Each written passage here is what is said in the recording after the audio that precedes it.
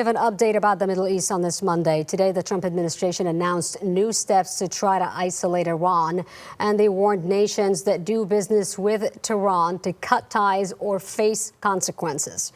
That announcement comes amid an escalating trade war with Canada. Natalie Brand has the latest. The administration says it's giving every country that has financial dealings with Iran a defined timeline to shut down that activity, and that if they don't act, the Treasury Department will.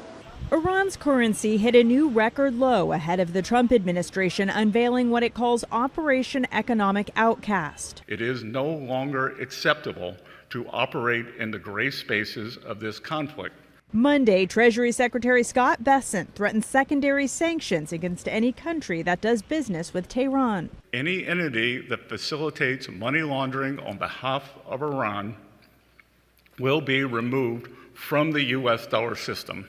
The clock just started ticking. Iran's parliament speaker called the announcement bombast, writing on social media the United States is not in an economic position to further restrict its relations with other countries, while China, the largest purchaser of Iranian oil, earlier said it will do what's necessary to protect its rights. The economic warfare with Iran comes as tariff tensions with U.S. ally Canada have also escalated, with a deal collapsing at the last minute, but both sides leaving the door open. There is a mutually beneficial deal possible here, but it has to be one that respects Canada's sovereignty. Speaking in Maine, Vice President J.D. Vance acknowledged discussions are still happening, even with new 50% tariffs on billions of dollars worth of Canadian goods now in effect. Stop taking advantage of America. It's over. We expect fairness in our trade policy.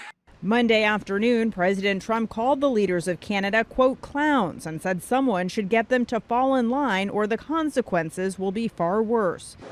Over the weekend, Canadian Prime Minister Mark Carney threatened to retaliate dollar for dollar, but today said that Canada will come to the negotiating table when the U.S. has, quote, the right attitude.